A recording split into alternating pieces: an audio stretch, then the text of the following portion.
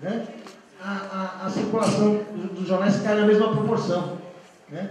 Então, essa discussão, cai na mesma proporção, vai caindo. Quer dizer, hoje, as empresas de comunicação se sustentam por outras formas, né? Quer dizer, investem em educação, né? Investem em questões financeiras. Isso é chato, né? Porque você está muito empolgado e é interessantíssimo, mas é porque a gente está com Deixa eu concluir. horário. Vou concluir. Não, só tinha mais meia hora, tudo bem? Não, porque agora eu falei dos problemas, agora eu vou falar da solução.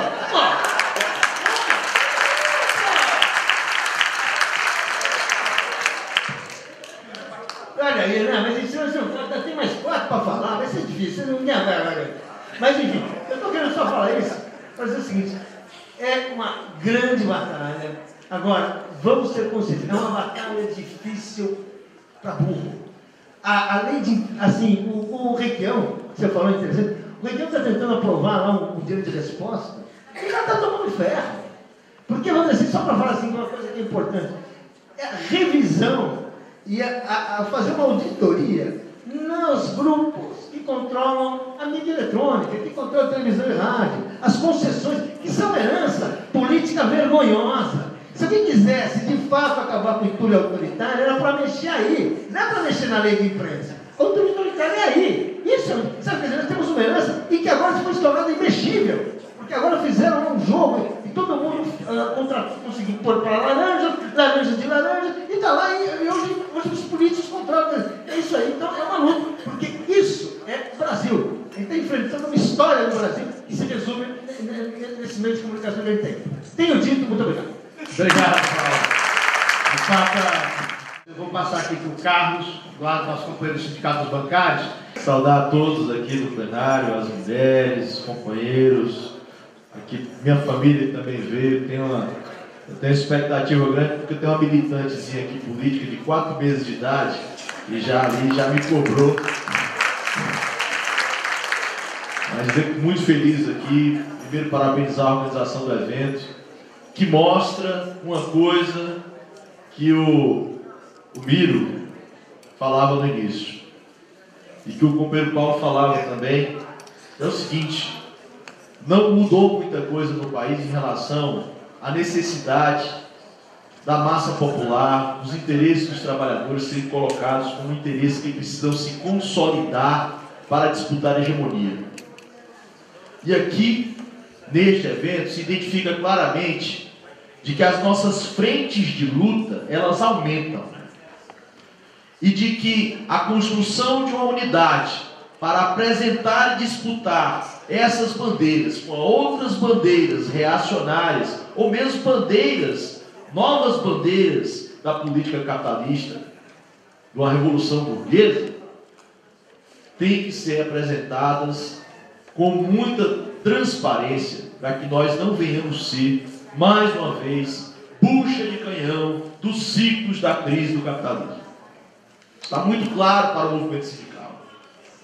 Nós que somos sindicalistas, né, de várias centrais, eu sou de Central Única dos Trabalhadores, fico muito inquietado com o processo de invisibilidade, porque enquanto os companheiros discutem a recente tentativa de pautar uma crise a partir do Bolsa Família, e eu acompanhava aqui o processo de qualificação ou desqualificação, desconstrução do que é o Bolsa Família, porque enquanto estavam falando do ataque a milhares de famílias brasileiras, que muitas não têm acesso às redes sociais, inclusive, parte da burguesia nacional está chamando de boquinha, a boquinha dos pobres, porque tem Bolsa Família que quer comprar calça de R$300, porque tem acúmulo de bolsa em cima de bolsa, fazendo bem de vida para vagabundo.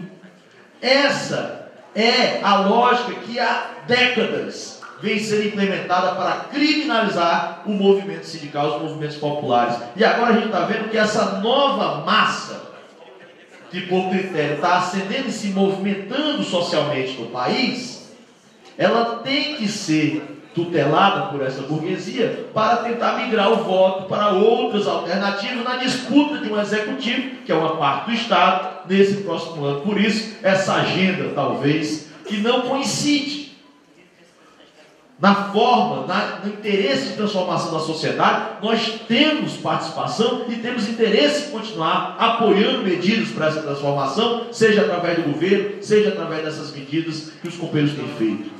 Mas não podemos esquecer a nossa agenda. E aqui eu fico satisfeito e elogio muitos companheiros que estão realizando este evento, porque nós estamos aqui fortalecendo uma nova frente. Nós precisamos unificar todas essas frentes e ter a clareza da disputa para que a gente possa, de fato, não permitir um retrocesso, mas de fato garantir um avanço. Porque na velocidade que está, quero deixar bem claro a este governo, aos companheiros dos partidos, inclusive os partidos de esquerda que estão na base do governo, que essa velocidade não é a velocidade do movimento sindical. Nós batalhamos muito e ainda temos muitas dificuldades. Eu acredito que o movimento popular carece ainda um pouco. O Miro falava, um que é mais revolucionário que o outro. Isso é uma grande verdade. Por vezes nós temos que superar esse processo um pouco mais moral interno do movimento para avançar no processo de construção política, para garantir de fato a disputa dessa hegemonia, disputa de um processo histórico que não seja apenas uma pincelada histórica, que a gente não venha a ser lembrado desse momento aqui daqui a 50 anos como uma experiência que poderia ter dado certo, e sim como uma experiência que deu certo, que transformou e que seja exemplo para o mundo de como fazer o que é melhor para os trabalhadores e para a população. Não temos dúvida disso. É claro que sempre vai ser injusto quando a gente for debater, Paulo saiu aqui rapidamente, que parece que a gente sempre só fala dos problemas. Mas a gente discute um processo. Se tivesse a reforma política, com certeza o governo não estava refém de uma agenda de ano eleitoral ou pré-eleitoral. Se tivesse a reforma tributária, se tivesse a reforma do sistema financeiro, essa tentativa desde o governo que escolheu e optou por centralizar, mais do que Lula inclusive, de afrontar o sistema financeiro, que é o sistema que mais lucra nesse país e no mundo, nós teríamos com certeza uma condição muito mais clara de perceber as movimentações e os financiadores daqueles que querem nos derrotar. Eu já tenho que ir para a conclusão, e sou disciplinado, como assim eu faço na condução das Assembleias dos Trabalhadores, mas não posso deixar de dizer aos companheiros: nós não estamos num jogo de certezas, nós estamos numa guerra de incertezas. E aqui está se construindo o espaço para que a gente venha apresentar essa luta. Esse evento que ocorre aqui, ele tem que se multiplicar para aqueles milhões que estão assistindo pelas redes sociais, estão assistindo pela blogosfera, mas que repercuta na escuta dos outros companheiros que estão na disputa política, para dizer e ter a clareza: não podemos fazer o jogo mais fácil nesse processo. A experiência que nós tivemos para construir no movimento sindical, que foi a Revista do Brasil, que é a Revista do Brasil, quem aqui lembra de quando é que uma revista nesse país foi censurada a última vez depois da ditadura? Foi a revista que foi construída pelas organizações sindicais para ter um espaço de mídia. E quando isso aconteceu? Exatamente quando estava em jogo o processo da disputa eleitoral majoritária desse país. Então nós temos muita clareza disso. E essa reforma, o processo do início do governo Lula, quando ele topou fazer o Fórum Nacional do Trabalho, e depois passou por esse sistema de conferência que é extremamente rico, mas exige a organização. Ele não exige só a teorização e a posição voluntariosa das pessoas. Ele precisa de organização, precisa de frente, precisa de disputa, precisa de estratégia. Porque do outro lado, rapidamente, as forças produtivas mais reacionárias desse país, elas se organizam, porque elas veem o risco que está posto para elas de perder o espaço da interlocução. E daqui a pouco ninguém vai falar mais de PSDB, de Democratas, que já foi PFL. Vai falar de novos partidos que vão caminhar pelo contrário, pela desconstrução das bandeiras progressistas, de todas as bandeiras da esquerda, por uma nova direita que se assinala como caminhando de forma fascista ou nazi-fascista. Então nós temos que ter muita clareza disso, e esse é o debate que nós estamos fazendo com os trabalhadores no campo da estratégia geral, e está nos rumos da nossa Central Única dos Trabalhadores, a priorização do processo de democratização da mídia, para tentar avançar, para que os mais de 3 mil sindicatos possam contribuir, junto com o conjunto do movimento popular desse país, para, através dos partidos, fazer essa transformação. Então, deixo esse recado, esta provocação e a disposição para construir, e agradecer aqui a nossa militante, a Natália, de 4 meses, que veio prestigiar o evento. Valeu, Carlos. Vou passar aqui para a companheira Débora. Começar dizendo que esse debate da democratização da comunicação não é um debate novo. Esse debate está pautado no Brasil há mais de 20 anos, e ele foi trazido para o nosso país por um jornalista lá do Rio Grande do Sul chamado Daniel Herz. E é o autor daquele célebre livro A História Secreta da Rede Globo. E os anos foram se passando, o FMDC foi se organizando, e hoje, finalmente, nós temos esse debate no nível mais amplo da sociedade. Com relação ao projeto de lei de iniciativa popular, que é uma iniciativa extremamente interessante, e para que dê certo é preciso que os aliados sejam grandes, como houve o projeto de combate à corrupção eleitoral, que se não fosse o trabalho da Igreja, aquelas assinaturas jamais teriam sido recolhidas e jamais nós teríamos uma lei clara de combate à corrupção eleitoral. Porém, o nível de organização tem que ser anterior. Nós temos que organizar os nossos movimentos para esse debate. Nós temos que ganhar primeiro o movimento sindical. E nós temos que ganhar particularmente os trabalhadores da comunicação. Porque o que se sente é que, no caso específico aqui do comitê do FMDC do Estado de Ceará, que foi criado em 2005, né, o que se sente é que esses movimentos ainda não despertaram para a importância desse debate.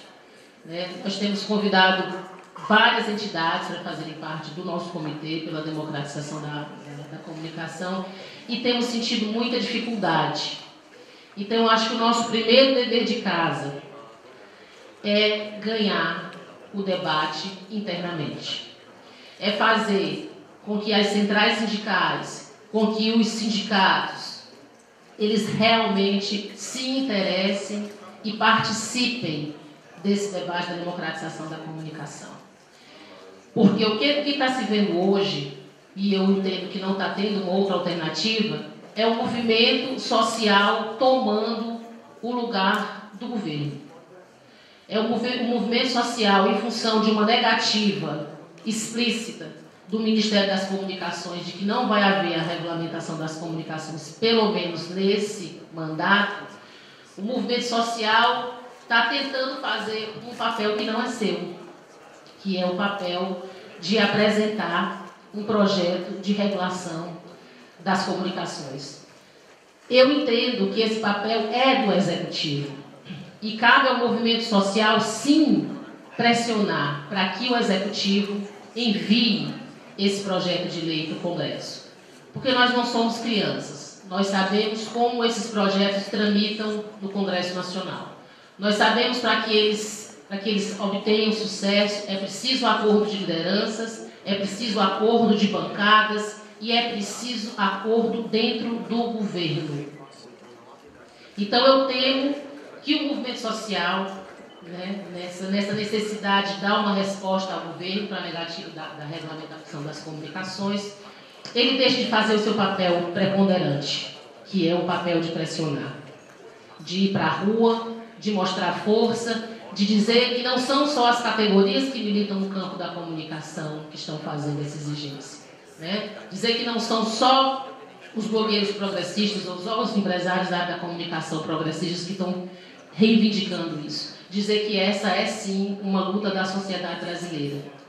E é esse debate que a gente tem que ganhar internamente, para que essa pressão eu adorei a analogia da panela de pressão, do feijão, funciona desse jeito mesmo, para que essa pressão ela possa, de fato, fazer com que projetos que já existem, que já foram frutos de debate, eles sejam desengavetados e que o governo tenha coragem, sim, de fazer o seu papel, que é regulamentar os meios de comunicação.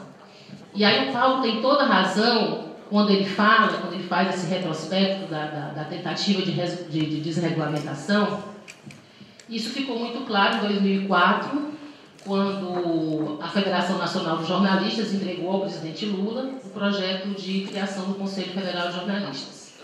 E, imediatamente, o presidente Lula mandou o projeto para o Congresso Nacional. Só poderia ser o Executivo, porque só quem pode criar autarquias profissionais é o governo federal. Então, Lula mandou o projeto executivo para o Legislativo. Imediatamente, houve uma articulação para que se abortasse o projeto. Deram a relatoria do projeto para um dono de rádio, e, obviamente, ele deu parecer pela inconstitucionalidade, e houve toda aquela reação dizendo que a criação do Conselho era para censurar a imprensa, que seria a mão e o olho do governo na fiscalização dos meios de comunicação, no sentido de cercear a liberdade. E o resto da história nós já conhecemos. Apesar de ser uma luta dos movimentos sociais, de ser uma luta da categoria, esse projeto ele sequer chegou a ser debatido. E aí, muito bem lembrado pelo Paulo também, em 2009, a lei de imprensa foi extinta. A lei de imprensa não era uma lei perfeita, mas ela tinha alguns artigos que não poderiam ter sido mantidos, ter sido suprimido pelo Supremo exclusivamente os artigos claramente inconstitucionais. E um dos artigos que poderia ter sido mantido é exatamente o que foi citado, que é o do direito de resposta. Hoje, não existe uma regulação do direito de resposta. A pessoa que for ofendida ou agredida pelos meios de comunicação, ela tem que recorrer a um juiz, e esse juiz vai se valer da Constituição, porque não existe uma lei específica sobre isso. E a terceira tentativa foi a derrubada do diploma, que ficou muito claro agora que o controle que existia de acesso à profissão, que era um controle público, porque era o Ministério do Trabalho e o Ministério da Educação que diziam quem era jornalista ou não no Brasil. Hoje, quem diz que é jornalista ou não no Brasil é o dono da empresa de comunicação. Basta que qualquer um vá até o Ministério do Trabalho, tire um registro profissional sem qualquer exigência, nem de ficha limpa, ficha corrida, nada, não existe. E essa pessoa pode entrar na profissão. Então, isso